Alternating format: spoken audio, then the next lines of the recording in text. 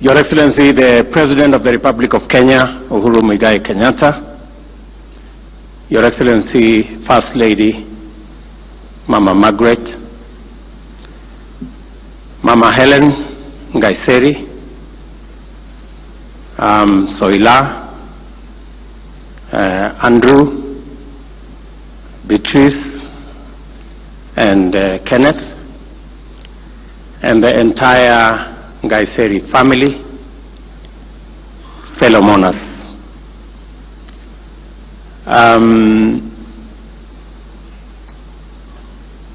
I want to bring my very deep and very sincere condolences on my behalf and on behalf of my wife and family to the Nkaissery family for the loss of your husband and father, and for the rest of us for the loss of a colleague and a leader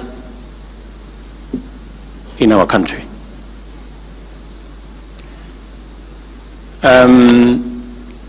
The first time I came across Joseph Nkaissery was in Bissell, when the former president told us that there was going to be an occasion in Bissell, and we didn't know what the occasion was. And the occasion was to receive General Nkaissery, who had just resigned from the military, to run in Kanu then as Member of Parliament. And I remember General Nkaissery saying in that occasion that it was his first time to lift the one-finger salute of Kanu.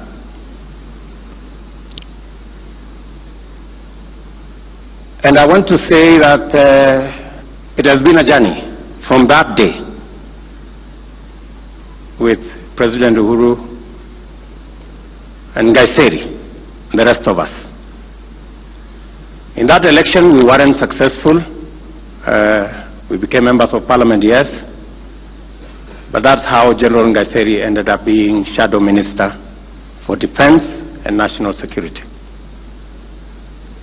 And as it would be, a few years down the road, he actualized being Minister for Internal Security. And I remember Nkaissery, whenever he called me, he would have a discussion, and then as a person trained with a military training, he would say, "Roger, sir, Roger, sir." So, and that reminded me of some old men from Rift Valley who had a problem with Roger. Because some old men would go to the gate of State House when Moi was president, and the guys at the gate would, of course, call somewhere, "Roger, iko wazee hapa, wamekuja, wanataka kuona mzee." Then after a few minutes, they would be told it was not possible for you to see the president, because many times they wouldn't have an appointment. And so when this old man finally came to meet Moi, they would tell him, "There is a fellow called Roger at the gate who is really giving us problems.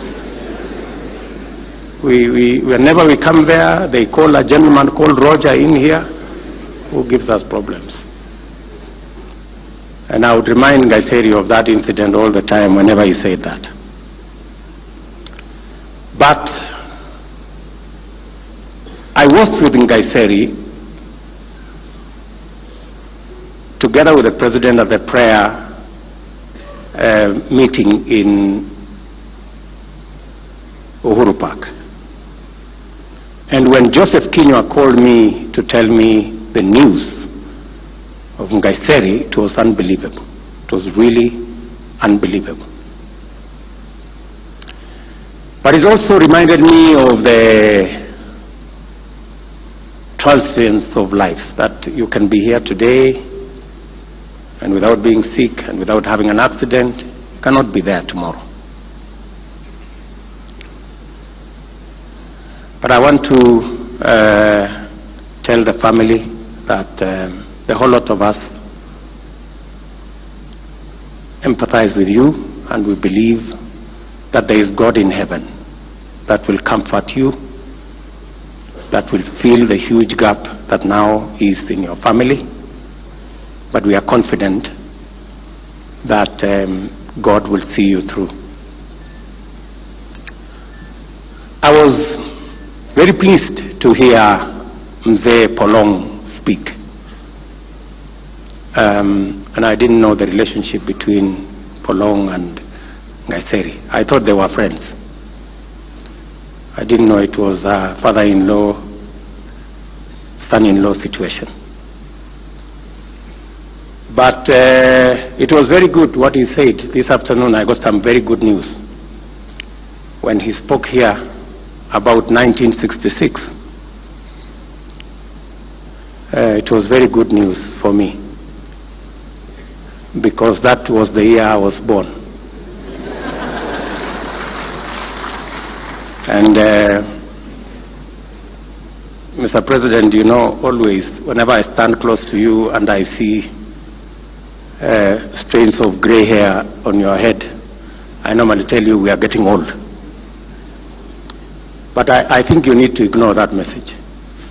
When I heard Polong say 1966 is the other day, then we are good. We are not, we're not doing badly. I think we are still young. Because when Polong says 1966 is the other day, then it makes the rest of us very young. Let me finally say the following, that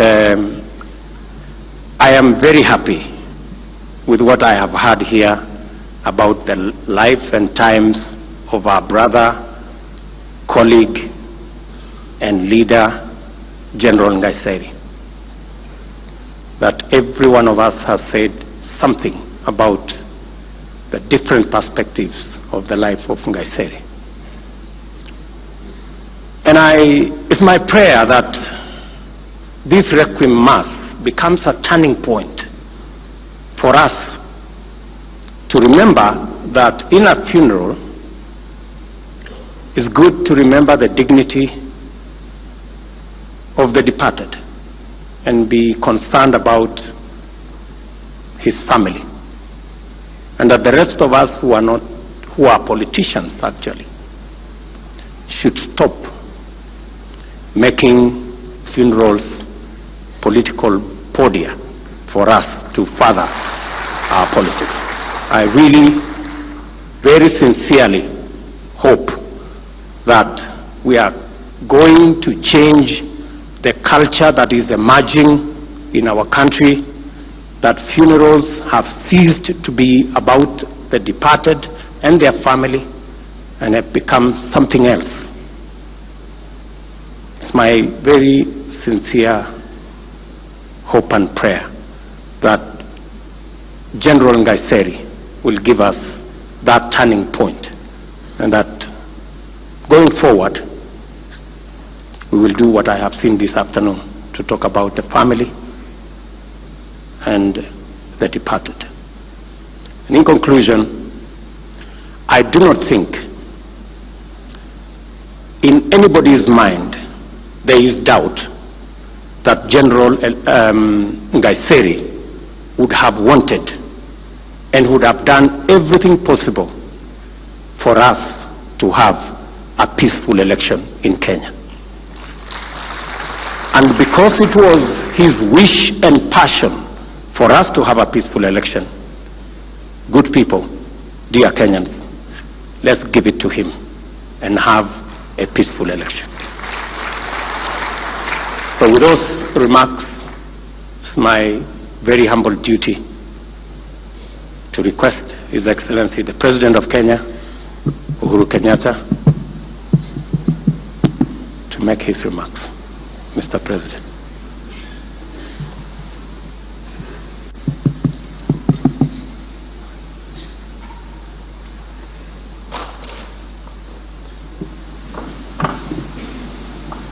Thank you. Please be seated.